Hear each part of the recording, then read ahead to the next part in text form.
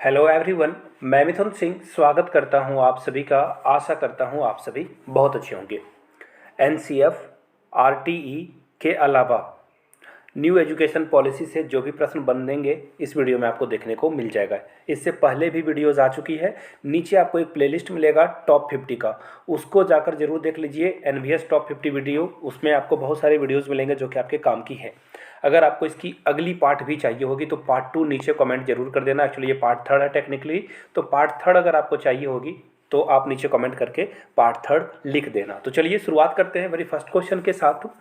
पहला क्वेश्चन आपके सामने ये रहा, according to the national curriculum framework यानी कि एनसीएफ के अकॉर्डिंग लर्निंग क्या है? लर्निंग पैसिव है। तो देखिए जहाँ जहाँ भी पैसिव वर्ड आपको दिखेगा ये नेगेटिव है। जब भी पैसिव देखो आप, उससे आपको दूर भागना है। इसको बोल देना है भैया नमस्ते, दूर से नमस्ते बोलना है पैसिव लर्निंग को। कट गया आपका ऑप्शन, दो ऑप्शन तो आपने एलिमिनेट कर दिए। अब बचा एक्टिव लर्निंग, फिर से एक्टिव लर्निंग। अब देखिए यहाँ पे बोला गया है और इसका कैरेक्टर कैसा है, सोशल है या फिर सिंपल है। आप देखो जब भी आप कोई चीज़ लर्निंग करते हो ना, आप सबसे पहले अपने परिवार से, अपने माँ पिताजी से कुछ चीज़ों को सीखते हो, दादा दादी से सीखते हो। इसके बाद आप अपने फ्रेंड से सीखते हो, बाहर जाते हो दोस्तों के साथ जो है आप सोशलिज्म करते हो, बाहर में दोस्तों के साथ सीखते हो। फिर दोस्त के यहाँ उसके मम्मी पापा के पास जाते हो, आसपास के जो नेबर हैं उनसे सीखते हो। तो ये क्या है, एक जो है सिंपल तो नहीं, ये एक सोशल लर्निंग है। यानी कि इसका जो कैरेक्टर है कैसा है, सोशल है। लर्निंग क्या है, एक्टिव है। इसके अलावा जो इसका कैरेक्टर है वो कैसा है, सोशल है। तो ऑप्शन 2 आपका क्या होगा, 2 करेक्ट होगा। आगे बढ़ते हैं अगले क्वेश्चन की ओर। उससे पहले बता दूं 99 में प्रीवियस ईयर क्वेश्चन पेपर और करंट अफेयर्स के साथ साथ जीके जीएस जो इंपॉर्टेंट है, कंप्यूटर के क्वेश्चंस, वो भी इंग्लिश के भी क्वेश्चंस आपको जो है यहाँ पे मिल जाएंगे मेरे हैंड रिटन नोट्स। यहाँ से मेरी ईमेल आईडी देख लो, yourmithunsingh@gmail.com पे मेल कर लीजिए। If you are Instagram then do follow me @imithunsingh। याद रखिएगा लास्ट मिनट के लिए ये बहुत ही फ्रूटफुल आपके लिए ये होगा, तो जिनको लेना है वो मेल कर सकते हैं। आगे बढ़ते हैं। The aim of assessment according to national education policy 2020। देखिए बात की जा रही है असेसमेंट की, बच्चे का असेसमेंट आप जो है कैसे करोगे। तो चलिए वन बाय वन चीज़ों को हम लोग पढ़ते हैं। आप रोट लर्निंग, देखिए मैंने क्या कहा था, रोट लर्निंग जहाँ पे दिखे आपको इससे बचना है। ये तो आंसर आपका होने से रहा, कट कर दीजिए आप। अगले ऑप्शन की ओर बढ़ते हैं। देखिए अगले ऑप्शन में एक और यहाँ पे जो है नाक बनकर बैठा है, रिकॉल। रिकॉल का भी मतलब होता है बार बार एक ही चीज़ को पढ़ते जाओगे, तो ये रोट लर्निंग का ही एक टाइप ऑफ हो गया। तो दोनों ऑप्शन आपके इनकरेक्ट हो गए।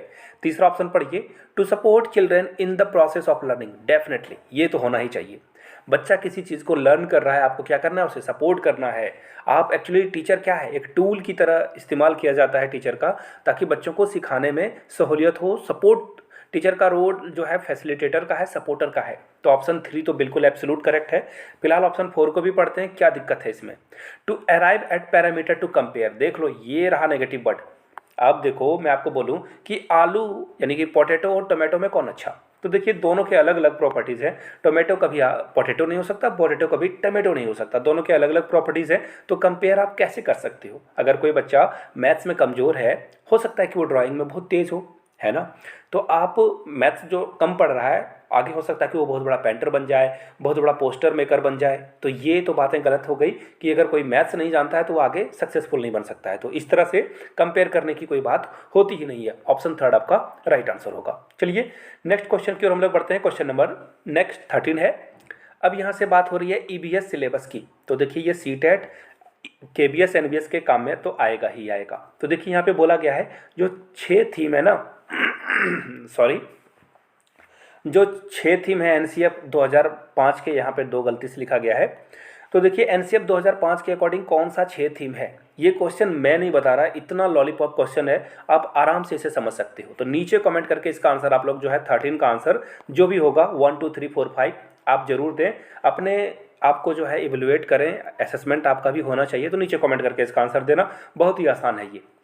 आगे बढ़ते हैं नेक्स्ट क्वेश्चन की ओर। राइट टू एजुकेशन यानी कि आरटीई 2009 के अनुसार जो प्रोविजन है, reservation of seats in private school for admission of student from, देखिए ईडब्ल्यूएस की बात हो रही है यहाँ पे। तो देखिए अगर आप ईडब्ल्यूएस के बच्चों को पढ़ा रहे हैं, इंक्लूड कर रहे हैं, तो इससे क्या मैसेज जा रहा है, डिस्क्रिमिनेशन की, भेदभाव करके आप जो है ऐसा करोगे, बिल्कुल नहीं। भेदभाव नहीं करना है। सेरिगेशन यानी कि पृथकीकरण, ये भी नहीं करना है आपको।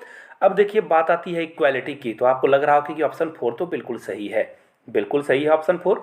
लेकिन देखिए जब भी आप एमसीक्यूज में जाते हो तो जो सबसे बेस्ट आंसर होता है उसकी तरफ आपको जाना चाहिए।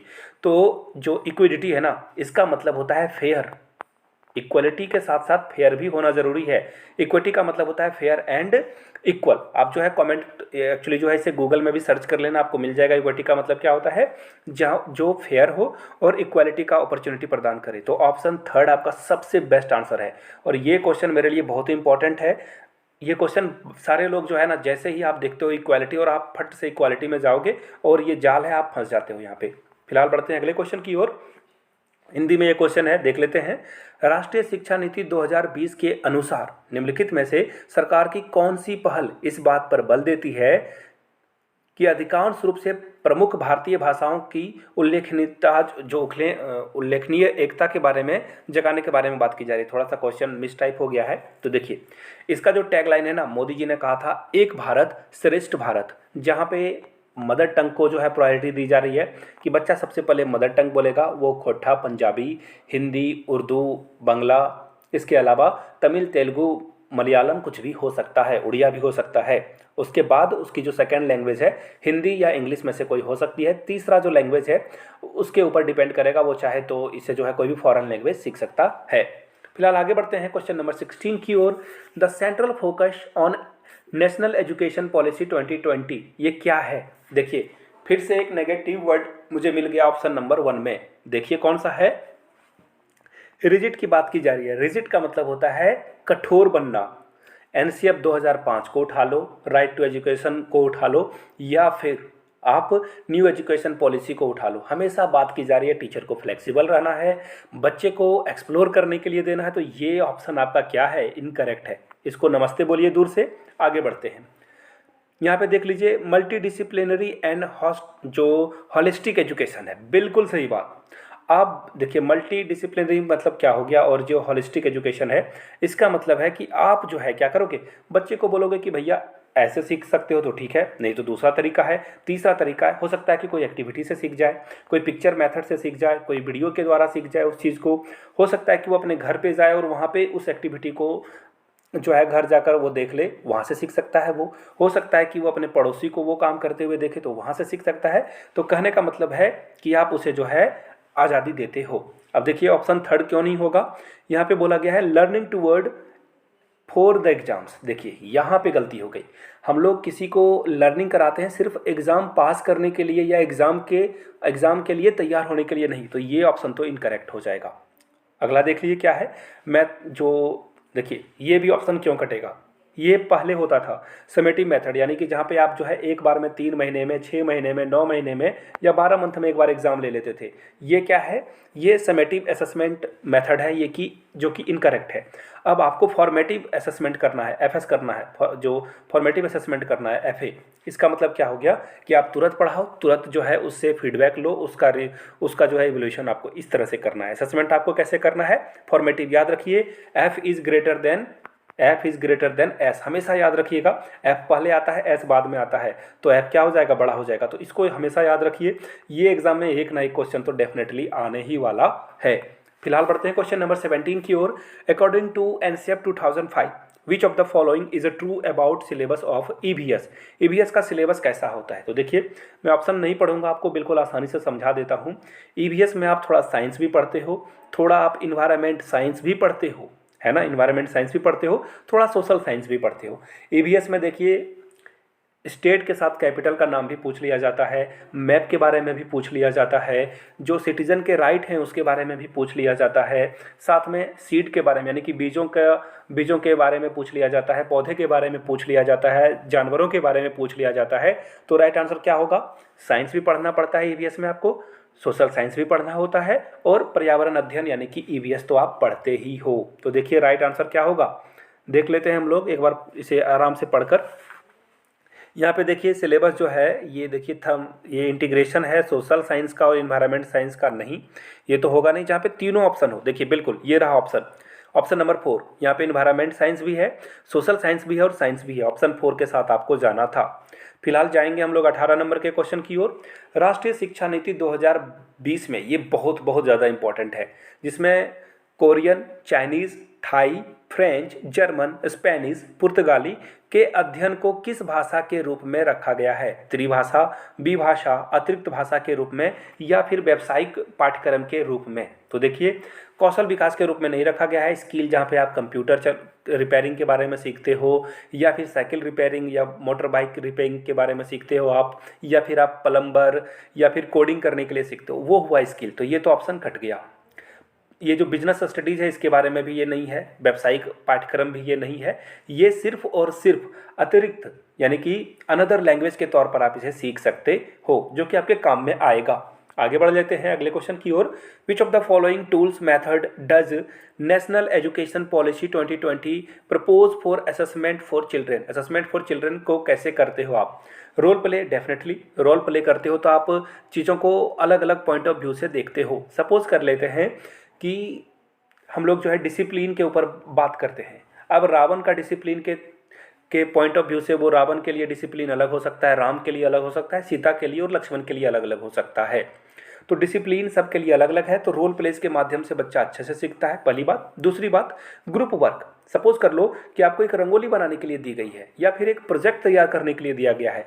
अलग अलग बच्चे का दिमाग अगर उस प्रोजेक्ट पे लगेगा तो डेफिनेटली वो प्रोजेक्ट बहुत अच्छा बन जाएगा। तो ग्रुप वर्क भी बहुत अच्छी बात है। तो ये भी सही है, दोनों को जो नेशनल एजुकेशन पॉलिसी में शामिल किया गया है। Portfolio, definitely. देखिए पोर्टफोलियो होता क्या है ना, कि सपोज कर लो कि ये क्या है, प्रीति है। प्रीति का वजन क्या है, प्रीति कैसे पढ़ती है, प्रीति के माँ पिताजी का बैकग्राउंड क्या है, प्रीति ने पिछले टेस्ट में कितने स्कोर करे हैं, प्रीति जो स्पोर्ट्स में है उसमें कैसा उसका इंटरेस्ट है, ड्राइंग में कैसा इंटरेस्ट है। आफ्टर ऑल आप ये कह सकते हो कि पोर्टफोलियो के माध्यम से आप किसी के बारे में भी, प्रोफाइल के बारे में अच्छे से जान सकते हो। अगर किसी टीचर को पढ़ाना हो तो वो पोर्टफोलियो लेगा और बता देगा ये लड़की या ये लड़का बहुत अच्छा है स्पोर्ट्स में, बहुत अच्छा है ड्राइंग में, बहुत अच्छा है साइंस में, मैथ्स में। तो वहाँ से पोर्टफोलियो। तो यानी कि तीनों तो फिलहाल अभी तक सही निकले हैं। प्रोजेक्ट, यानी कि ये भी तो सही बात है। प्रोजेक्ट दे सकते हो आप कि आपके घर के आसपास जो पेड़ हैं उसके पत्ते किस तरह के हैं। तो कुल मिलाकर बात क्या है, ये चारों ऑप्शन बहुत ही लाजवाब हैं। तो ऑप्शन 4 के साथ आपको जाना था। ऑल ऑफ दीज यहाँ पे राइट आंसर हो जाएगा। आगे बढ़ते हैं नेक्स्ट क्वेश्चन की ओर। थोड़ा बड़ा है, ध्यान से देख लेना आप। Which of the given statement are recommended of NCE, national education policy की बात की, सॉरी एनसीएफ यहाँ पे है, एफ होगा यहाँ पे। एनसीएफ 2005 ईवीएस लर्निंग के लिए बोला गया है। देखिए आंसर कैसे मिलेगा आपको, देखिए बुक इस लर्निंग, सिर्फ बुक को पढ़ के बेड़ा पार हो जाएगा, बिल्कुल नहीं, गलत बात है, ये काट दीजिए इसे। अब देखिए ऑप्शन ए में जहाँ पे शार्प बाउंड्री हो स्कूल और, देखिए ये ऑप्शन ए क्या बोल रहा है, ऑप्शन ए बोल रहा है कि सिर्फ आप स्कूल में सीख सकते हो, आप जो है घर में नहीं सीख सकते हो, सोसाइटी में जाकर नहीं सीख सकते हो। तो ये तो गलत बात है ना, बच्चा कहीं से भी सीख सकता है। ये क्या कर रहा है, चीज़ों को जो है एक्सप्लोर करने के लिए नहीं दे रहा है। तो ये ऑप्शन तो कट गया आपका। रोट लर्निंग, देखिए अब यहाँ पे आप फंस जाओगे। रोट लर्निंग देखकर हमेशा काटना नहीं होता है, पूरा सेंटेंस भी पढ़ना होता है। देखिए क्या लिखा हुआ है यहाँ पे, डिस्करेज करना है आपको रोट लर्निंग को। बिल्कुल सही बात कही है यहाँ पे, सिर्फ आपको लर्न करने, रोट लर्निंग देखकर ऑप्शन को कट नहीं कर देना है। यहाँ पे क्या बोला गया है, रोट लर्निंग को डिस्करेज कीजिए, बिल्कुल सही बात कही गई है यहाँ पे। फिलहाल ऑप्शन 4 को भी पढ़ लेते हैं। Children's life at school must be linked to their life outside the school, बिल्कुल बात ये भी सही है, बिल्कुल सही है। बच्चे को सिर्फ बुकिस लैंग्वेज या फिर स्कूल में ही जानकारी नहीं मिले, जो वो बुक में पढ़ता है रियल लाइफ में, रियल एक्टिविटीज़ में वो चीज़ों को देख सके। तो दोनों ऑप्शन सही है, बी और डी आपका करेक्ट होगा। देखिए बी और डी कहाँ पर है, बी और डी देख लेते हैं। बी, ए और बी ओनली है, ए और सी है, ए बी सी और बी सी डी। एक्चुअली मुझे एक और देखना होगा, देख लेता हूँ मैं। देखिए ये जो ऑप्शन ए है ये तो इनकरेक्ट है, बी आपका सही है और डी भी आपका सही है। तो यहाँ पे थोड़ी सी मिस्टेक हो गया है यहाँ पे ऑप्शन देने में। बी और आपका जो है डी राइट हो जाएगा। यही दोनों आपके करेक्ट ऑप्शन थे। आखिरी बार जाते जाते फिर से बता दूं, 99 में आप मेरे हैंड रिटन नोट्स एक्वायर कर सकते हो। yourmithunsingh@gmail.com पे मेल कर लीजिए। If you are Instagram then do follow me @imithunsingh। चलिए वीडियो को यहाँ तक देखा इसके लिए बहुत बहुत शुक्रिया। Have a good day.